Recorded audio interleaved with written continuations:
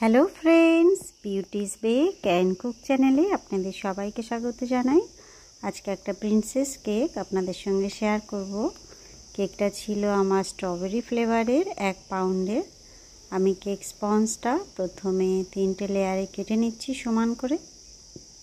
দেখুন এইভাবে কাটলে প্রত্যেকটা লেয়ার সমান হবে।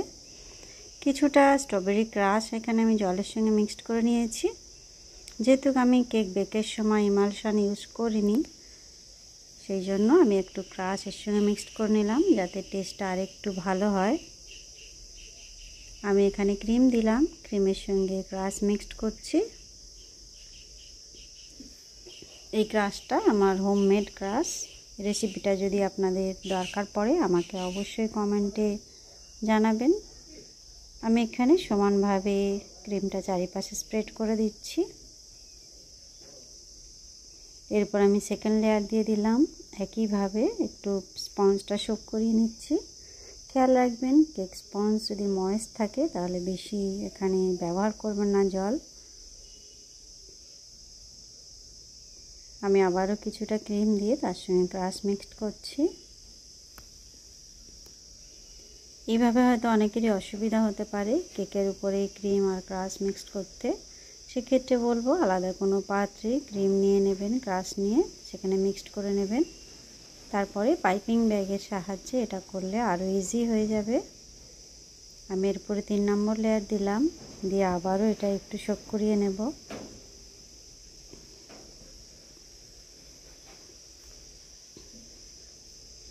আমি প্রথমে এটাকে ক্রাম কোট করে নেব। ক্রাম কোট করে আমি 10 মিনিট ফ্রিজে রাখবো, তারপর এরপরে ফাইনাল লেয়ারটা দেব। সবসময় চেষ্টা করবেন কিছুক্ষণ একটু ফ্রিজে রাখতে ক্রাম কোট করে, তাহলে এই ক্রামগুলো সেট হয়ে যাবে কেকের সঙ্গে আর ফাইনাল আইসিংটা খুব ভালো হবে।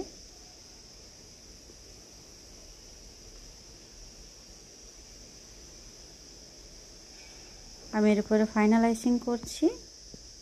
আমি সবসময় মিডিয়াম পরিমাণে ক্রিমই ব্যবহার করি, কখনোই বেশি পরিমাণ ক্রিম আমি ইউজ করি না, কেন সব ধরনের কাস্টমার আমাদের হ্যান্ডেল করতে হয়। কেউ বেশি ভালোবাসেন, কেউ কম। সেক্ষেত্রে কে কী ভালোবাসে আগে থেকে জানা মুশকিল হয়ে যায়।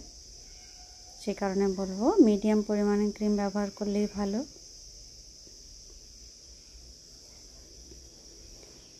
ফাইনাল আইসিংয়ের সময় অবশ্যই একটু টাইম নিয়ে ধীরে সুস্থে কাজটা করবেন, তবেই কেকের লুকটা দেখতে ভালো লাগবে।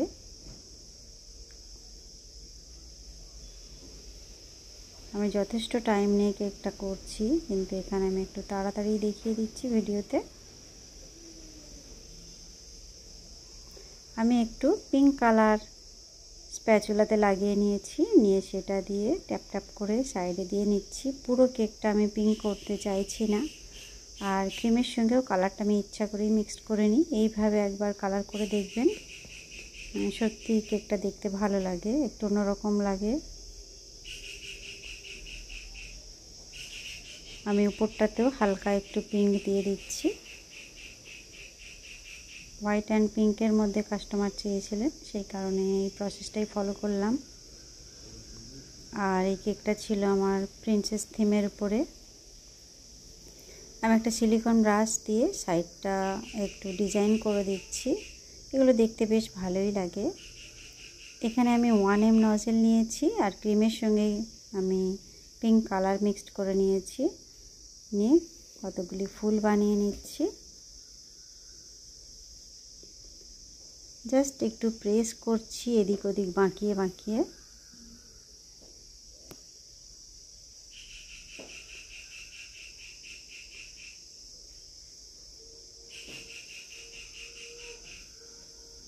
এই তো ডিজাইনটা হয়ে গিয়েছে। একটা কুকি কাটার নিয়েছি হার্ট শেপের, সেটা দিয়ে আমি একটু দাগ করে নিলাম, পরে ওখানে ডিজাইন করব। আর এখানে হচ্ছে পাইপিং ব্যাগটা আমি ভি শেপে কেটে নিয়েছি। এই কাটিংটা আমি আগেও আপনাদের সঙ্গে অনেকবার শেয়ার করেছি। এখানে জাস্ট সাদা ক্রিম আমি নিয়েছি, নিয়ে ফ্রিল বানাচ্ছি, একটু কাঁপিয়ে কাঁপিয়ে টানছি, যার ফলে ডিজাইনটা আরও সুন্দর বার হচ্ছে। ফ্রিল নজেল যদি না থাকে এই প্রসেসটা ফলো করবেন, খুবই সুন্দর একটা ডিজাইন, দেখতে ভালোই লাগে। ব্যাস আমি মাঝখানটায় যেটা হার্ট শেপ করে নিয়েছিলাম সেটাও একটা হার্ট বানিয়ে নিচ্ছি এপ্রিল নজেল দিয়েই।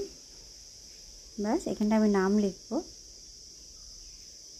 আর এই ছবিগুলো আমি গুগল থেকে সার্চ করে সেগুলো প্রিন্ট আউট করেছি, করে একটা করে উডেন স্টিক পিছনে দিয়ে দিয়েছি, ব্যাক সাইডে সেলোটেপ দিয়ে লাগিয়ে নিয়েছি।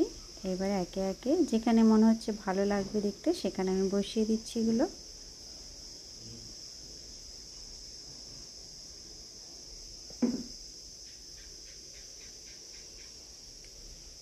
একটু বড় সাইজের ছবিগুলো পেছন দিকে রাখবো।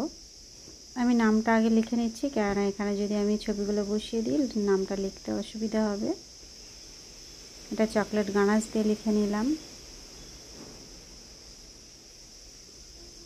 আরও দুটো ছবি আমি বসিয়ে দিচ্ছি।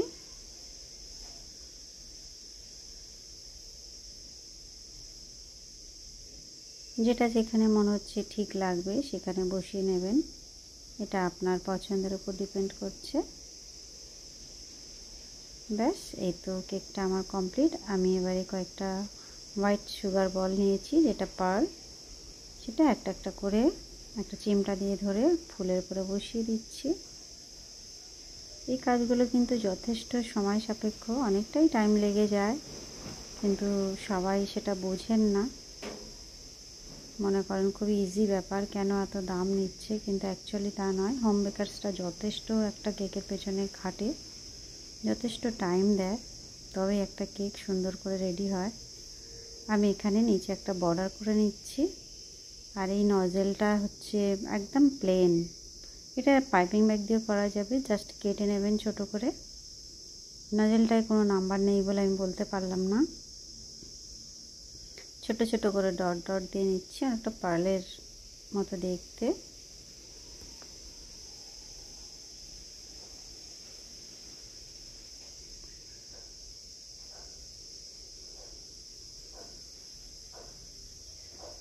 কেকটা আমার কমপ্লিট হয়ে গিয়েছে বন্ধুরা। এই হলো কেকের ফাইনাল লুক, দেখুন কেমন লাগছে। ভালো লাগলে বা একটু হেল্পফুল মনে হলে অবশ্যই একটা লাইক করবেন, চ্যানেলটা সাবস্ক্রাইব করে রাখবেন। আমার চ্যানেলে বিভিন্ন ধরনের থিম কেক আছে, সেগুলোও দেখতে পারেন। দেখা হবে নেক্সট ভিডিওয়ে। Bye bye.